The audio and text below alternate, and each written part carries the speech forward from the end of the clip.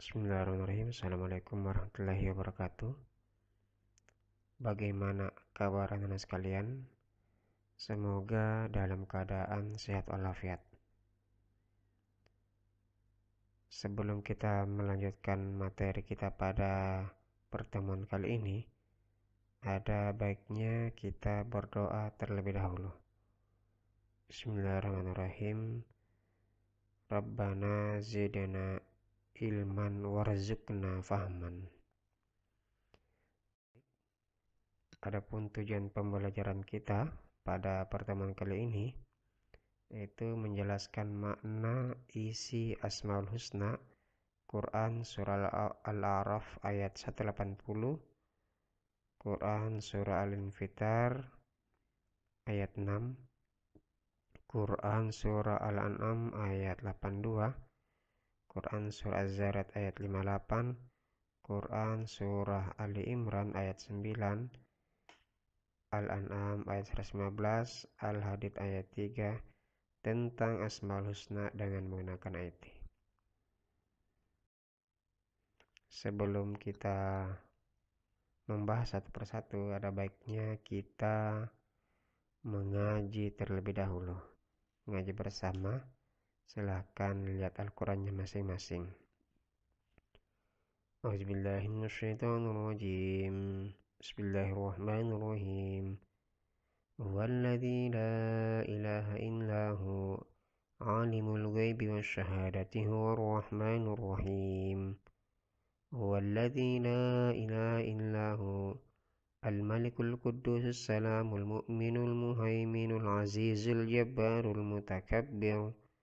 Subhanallahi amma yushrikun.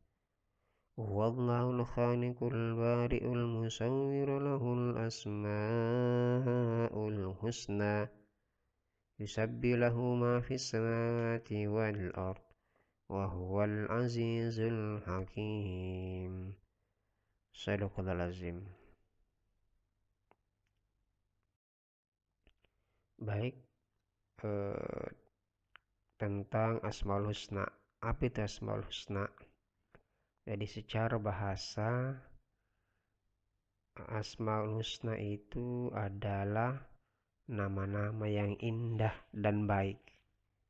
Jadi Asmaul Husna itu juga terdiri dari dua kata, Asma dan Husna. Asma itu artinya nama-nama, dan Husna itu artinya yang indah atau baik.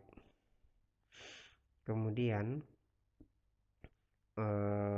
menurut istilah, Asmaul Husna itu adalah nama-nama yang baik lagi indah yang hanya dimiliki Allah Subhanahu wa ta'ala sebagai bukti keagungannya.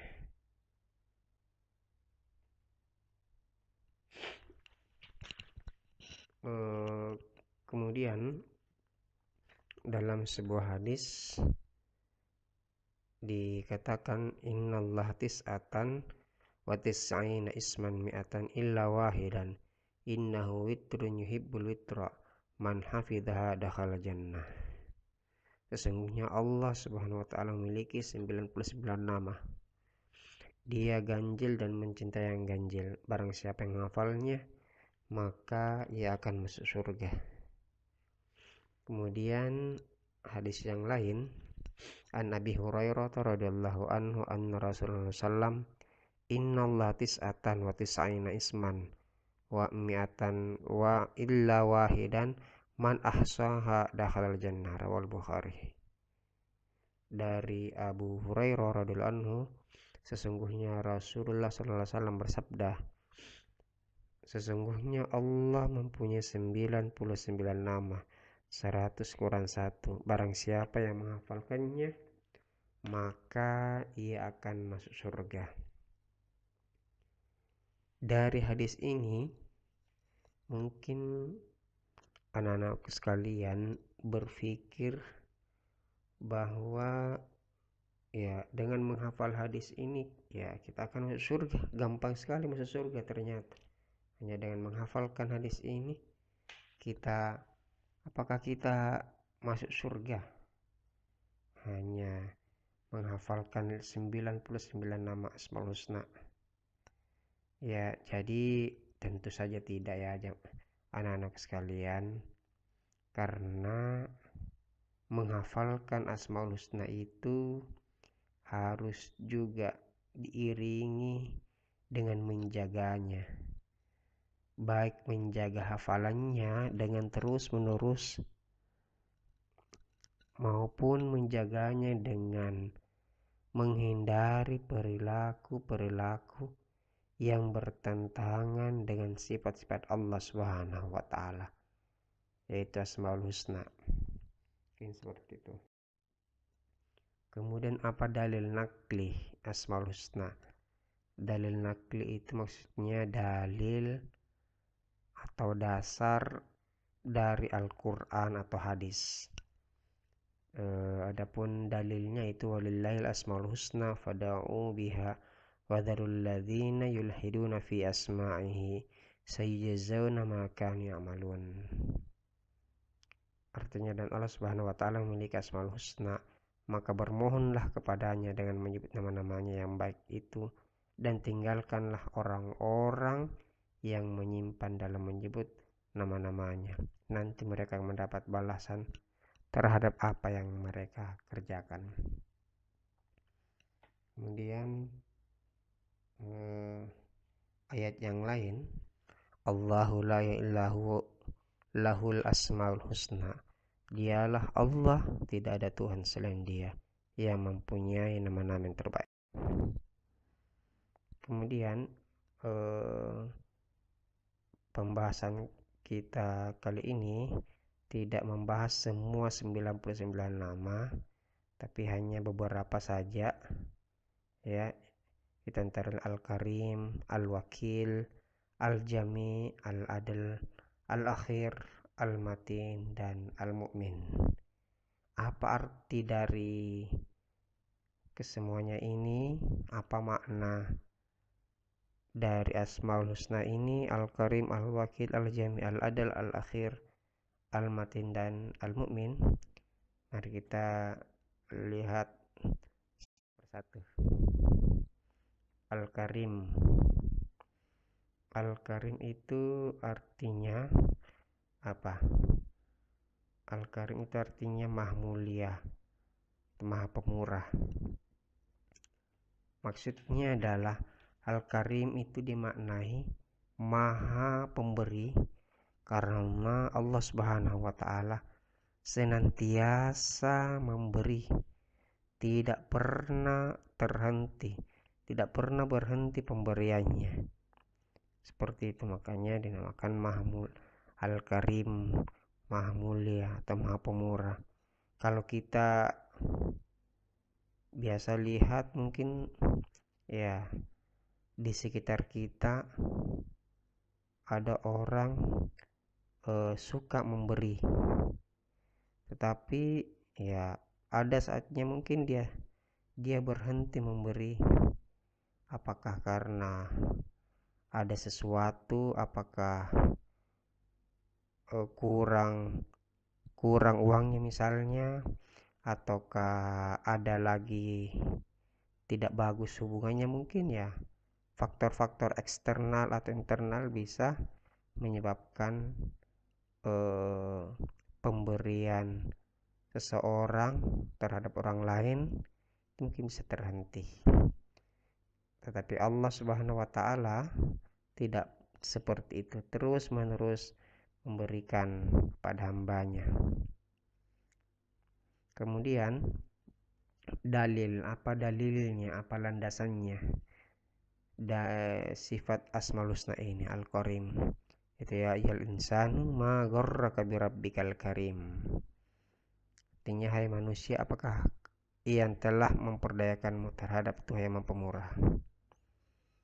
Kemudian menurut Imamul Ghazali, Al-Karim adalah dia yang apabila berjanji menepati janjinya, bila memberi melampaui batas harapan, tidak peduli berapa dan kepada siapa dia memberi.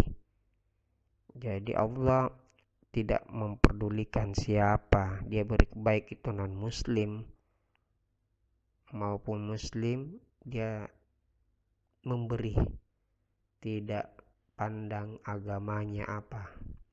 Dia memberi dan tidak rela bila ada kebutuhan dia memohon kepada selainnya, meminta kepada orang lain. Dia yang bila kecil hati menegur tanpa berlebih, tidak mengabaikan siapa yang menuju dan berlindung kepadanya, dan tidak membutuhkan sarana atau prasarana. Kemudian yang kedua, al-mu'min. Apa artinya al-mu'min?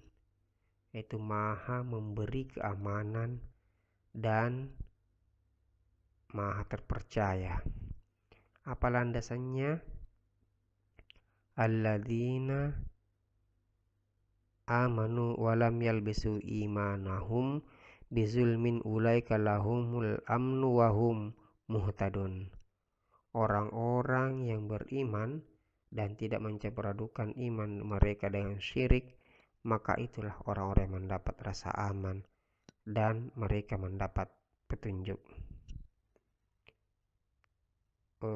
Makna dari Asmaul Husna al-Mu'min adalah Allah memberi rasa aman dengan berbagai permasalahan, baik cobaan yang kita hadapi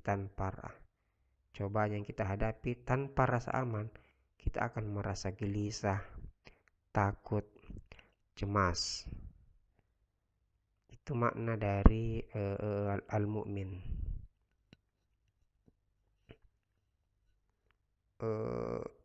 Asmaul Husna al-Mu'min ini ketika kita mengamalkannya dan meneladani al-Mu'min, artinya bahwa seseorang yang beriman harus menjadikan orang yang ada di sekelilingnya aman dari gangguan lidah dan tangannya. Jadi orang mukmin itu ya tidak mengganggu tetangganya, temannya. Ya, dengan meneladani sifat al-mukmin tentu akan melahirkan rasa aman di lingkungan kita. Kemudian al-wakil artinya maha pemelihara. Allah Subhanahu wa ta'ala yang memelihara dan mengurusi segala kebutuhan makhluknya, baik itu dalam urusan dunia maupun urusan akhirat. Ya, semua Allah mengurusi segala kebutuhan makhluknya. Ya, semut ya yang Allah ciptakan semua itu terpenuhi segala kebutuhannya. Cicak yang makanannya itu seperti nyamuk yang terbang, ya, sementara cicak tidak bisa terbang, itu terpenuhi kebutuhannya. Ya, apa landasan dari Asmaul Husna ini? Al-Wakil yaitu Allah khaliqul syai' wa huwa ala kulli syai' wakil. Allah Subhanahu wa ta'ala pencipta segala sesuatu dan dia maha pemelihara atas segala sesuatu. Kemudian Asmaul Husna al-Matin itu maha kokoh. Maksudnya adalah Allah Subhanahu wa ta'ala adalah maha sempurna dalam kekuatannya dan kekokohannya. Kekokohan dalam prinsip sifat-sifatnya. Allah Subhanahu wa ta'ala juga maha kokoh dalam kekuatannya. Oleh karena itu, sifat al-matin adalah kehebatan perbuatan yang sangat kokoh dari kekuatan yang tidak ada taranya. Jadi tidak ada yang mampu menghalangi kekuasaan Allah Subhanahu wa ta'ala. Apa landasan atau dalil nakli dari Asmaul Husna ini al-Matin? yaitu innallahu warrazzaq dzul quwwatil matin. Sungguh Allah Subhanahu wa taala dialah pemberi rezeki yang mempunyai kekuatan lagi sangat. Kemudian Al-Jami' maha mengumpulkan. Allah Subhanahu wa taala maha mengumpulkan atau menghimpun segala sesuatu yang tersebar atau yang terserak. Allah Subhanahu wa taala maha mengumpulkan apa yang dikehendaki dan dimanapun Allah Subhanahu wa taala berkehendak. Jadi Allah mampu mengumpulkan segala sesuatu yang mungkin kalau kita bisa berikan contoh, kalau misalnya sebuah burung dipisahkan organ-organnya, taruhlah misalnya sayapnya ada di Makassar, kemudian sayap yang lain ada di Maros, kemudian kakinya mungkin ada di Baru, kemudian kaki yang satu mungkin ada di Parepare. Allah maha bisa mengumpulkan bagian-bagian itu. Kenapa? Karena Allah punya sifat al-jami'. Kemudian apa landasan? Yaitu Rabbana innaka jami'un nas jamil la raiba fihi innallaha la yukhliful mi'ad. Ya Tuhan kami, sesungguhnya Engkau mengumpulkan manusia untuk menerima pembalasan pada hari yang tidak ada keraguan padanya. Sesungguhnya Allah Subhanahu wa taala tidak menyalahi janji. Kemudian al-adlu, maha adil. Maknanya adalah Allah itu maha adil, sangat sempurna keadilannya dan tidak terbatas. Keadilan manusia mungkin terbatas. Mengapa? Karena kadang manusia itu hilaf, kadang salah, kadang condong terhadap sesuatu yang dicintainya dan lain-lain. Ketika mungkin memutuskan segala sesuatu, mungkin karena keluarganya ataukah temannya, kadang tidak objektif, sehingga melahirkan sikap ketidakadilan. Tetapi Allah tidak seperti itu. Allah memiliki sifat adil yang tidak terbatas, tidak melihat bahwa tidak melihat dari keluarganya dan sebagainya. Allah tidak melihat seperti itu. Keadilan Allah Subhanahu wa taala itu tidak terbatas, tidak pernah hilaf, salah dan seterusnya. Adapun landasan atau dalil nakli sifat al-adil ini, yaitu watammat kalimatu rabbika sidqa wa adla la mubaddila li kalimatihi wa huwas samiul alim. Telah sempurnalah kalimat Tuhan Al-Quran sebagai kalimat yang benar dan adil. Tidak ada yang dapat mengubah kalimat-kalimatnya, dan dialah yang maha mendengar lagi maha mengetahui. Kemudian al-akhir, itu maha akhir. Allah Subhanahu wa taala maha kekal tatkala semua makhluk hancur. Maha kekal dengan kekekalannya. Adapun kekekalan makhluknya adalah kekekalan yang terbatas, seperti halnya kekekalan surga, neraka, dan apa yang di dalamnya. Tentu terbatas kekekalannya. Surga adalah makhluk Allah Subhanahu wa taala. Allah Subhanahu ciptakan dengan ketentuan, kehendak dan perintahnya. Kemudian landasan atau dalil nakli dari Asmaul Husna al-akhir adalah wal awwal wa akhir wa zahir wal batin wa huwa bikulli syai'in alim. Dialah yang awal dan akhir, yang zahir dan yang batin, dan dia maha mengetahui atas segala sesuatunya. Kemudian yang terakhir, fungsi iman kepada Allah Subhanahu wa taala. Apa fungsi? Ya, yang pertama itu dapat menyelamatkan seseorang dari segala sesuatu yang menimpa dirinya. Karena orang yang beriman itu akan ditolong oleh Allah Subhanahu wa taala. Kemudian fungsi yang kedua, hati menjadi tenang, tidak gelisah. Karena ya, orang yang beriman itu ya senantiasa bersama pada Allah Subhanahu wa taala. Permasalahan yang dihadapi tentu akan diberikan solusi. Hatinya menjadi damai.